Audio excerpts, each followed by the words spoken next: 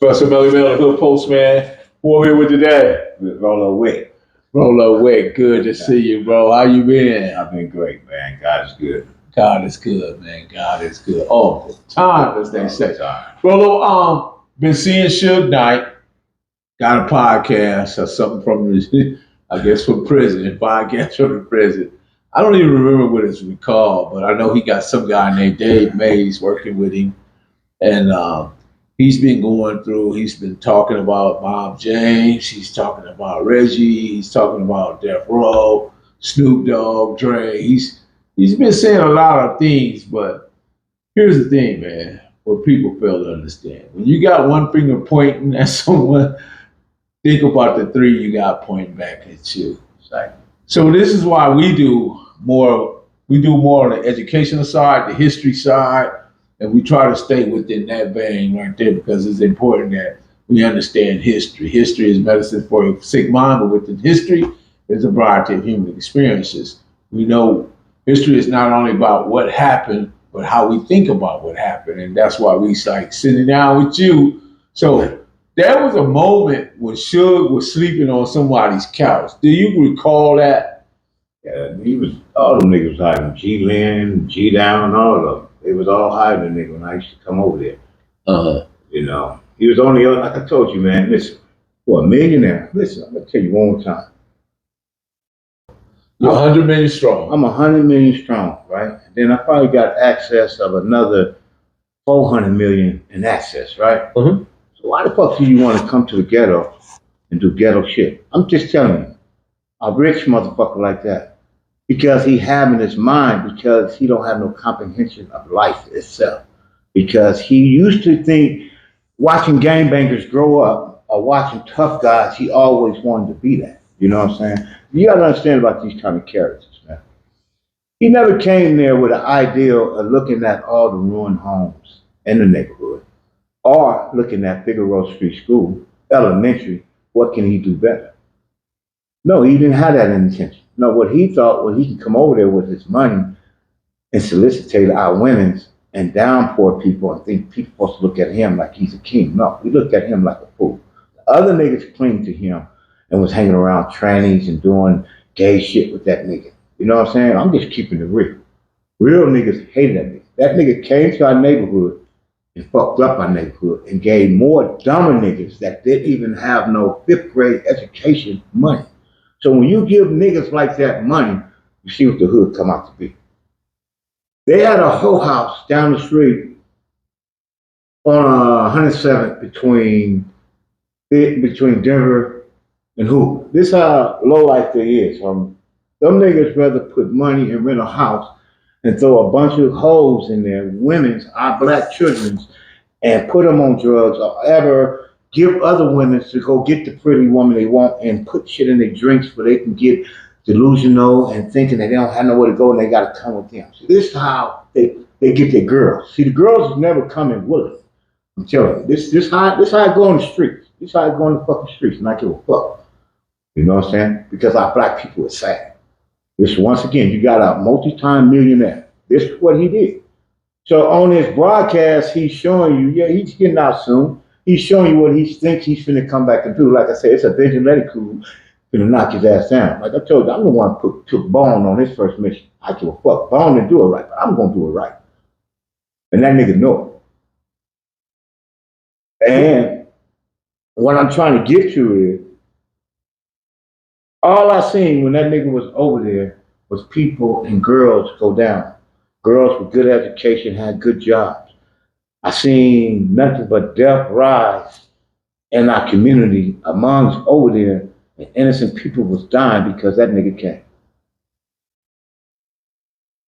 What is it about tragedy, drama, and misery that our culture seem to be so attracted to, Rolo? Because, like I said, these are people don't have no home value.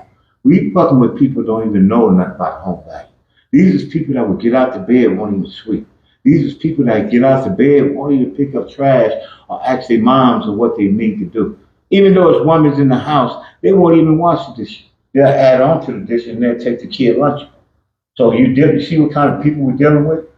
So what you saying? Even if they see the sink that's piling up with dishes, they don't have the sense, or maybe they just don't care.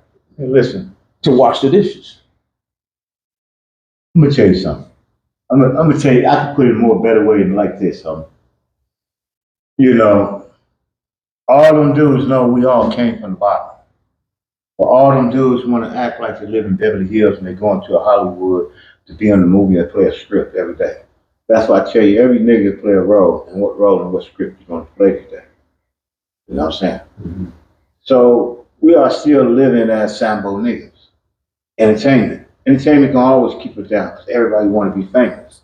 Everybody forget you're already famous. You're already famous. I was listening to Kanye West, right? And and this kind of stuff, I don't know if you remember this. He said, I had a dream I could buy my way into heaven, but when I awoke, I spent it on a necklace.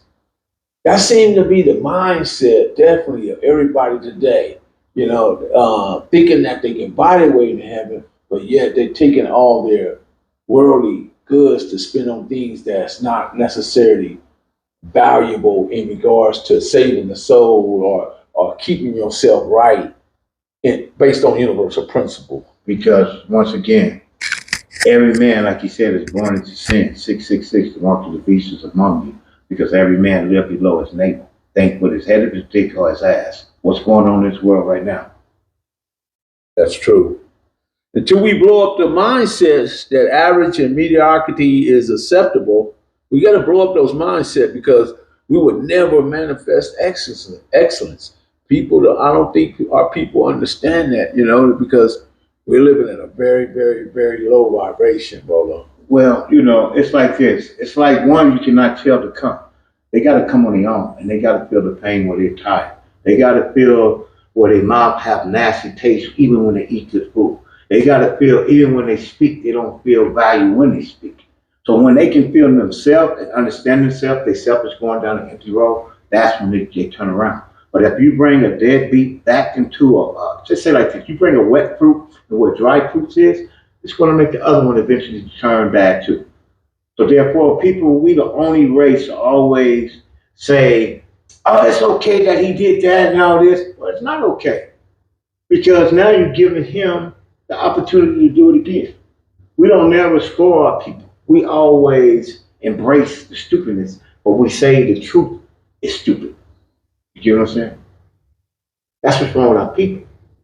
Our history is majestic as our destiny. Our history, if you go back and look at, I'm talking about thousands of years ago, everything that we accomplished, I'm talking about creating medicine, creating so many inventions that are now in place today. Um, Seem like we lost that passion, we lost the will to be in those head spaces, and we're taking the very best of our culture and pushing it to the back, and the worst is coming to the front. Because it's idols. We worship idol things. Look what we chase, idol things. We have nothing with significant meanings with the future. Everything that we chase, I want to put it like this, the higher power junk. They give us the higher power junk after they've used it 7 years and then we think it's new. Because they found out the way of life. You have 4 fingers, 3 extensions. 4 times 3 gives you what? That's 12. That's 12 months. So they already know in 3 months, in the next month, they're going to have another version. In the next month, they're going to have another one because they already have it patterned every 3 months how you're going to spend. And then when you spend it that way, then you got at least about 9 or 7 holidays in a year.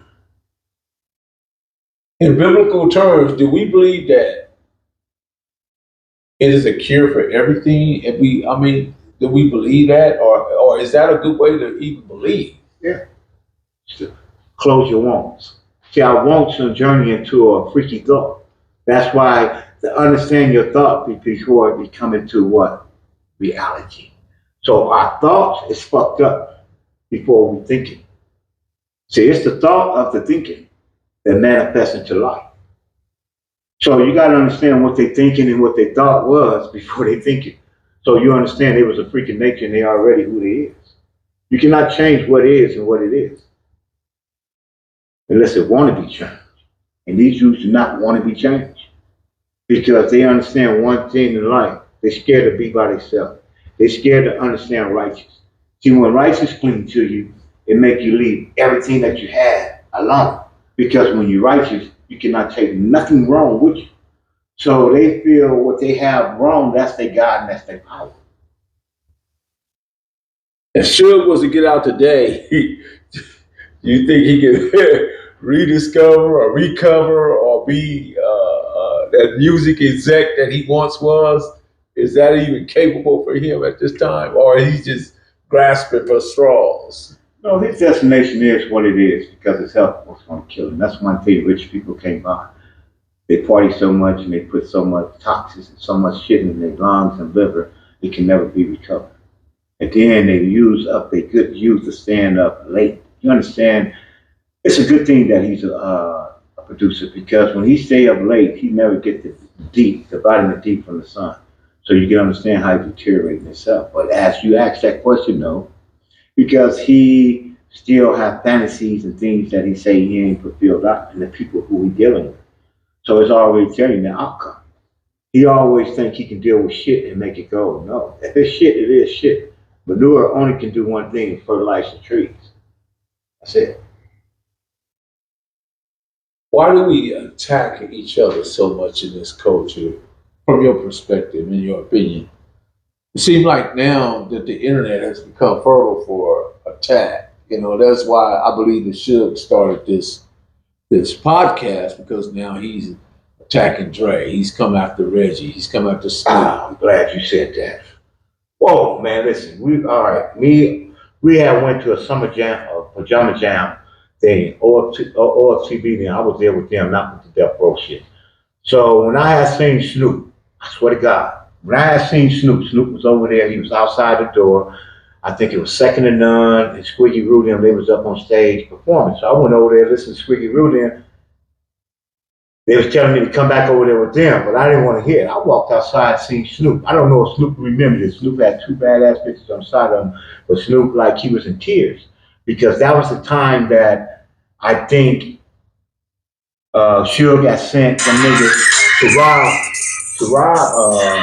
rob Snoop and take everything back from Snoop.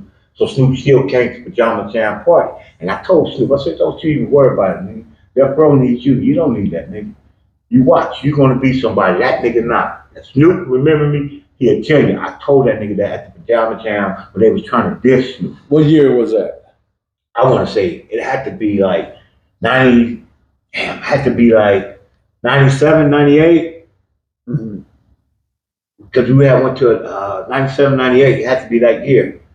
And then, because because the YG, I know, it's a tall dude. I think he was from Peru because he the one took Snoop place. Sounds just like Snoop, kind of looks like Snoop. I remember, dude, because we used to always bump head into the dispensaries and stuff. You know what I'm saying? But like, he really wasn't feeling sure because he already knew he wasn't. But you know, like when I used to go there at the studios, the young rappers, now I can see why they was clinging to me because I didn't know Suge was rapping. I didn't know Suge was having to beat up. I didn't know Suge was stealing their lyrics and giving them to other people. You know what I'm saying? That's the kind of nigga he is. He think he's like butter red. He can hold you out the window and all that shit. You know. I said my office hours are 9 to 5. Man, listen, homie. You know, God got something for him, man.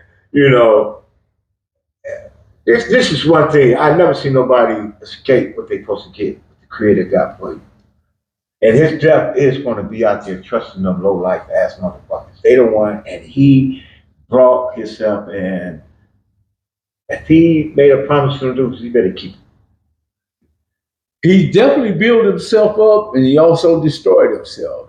Everything we see was an implosion. You know, although he put together assembled one of the greatest hip hop squad or label ever. Man, that dude, he was running around there after G Lynn and them borrow money from G Lynn and them shit at a point in time. And that nigga don't even see that he's setting himself up for failure dealing with them people. Because you know one thing, he already set himself up for failure for life. Because he's a UBN. And he better pay attention. And he better kick in every motherfucking time. That nigga paying for his motherfucking walk on this earth. Lock the door.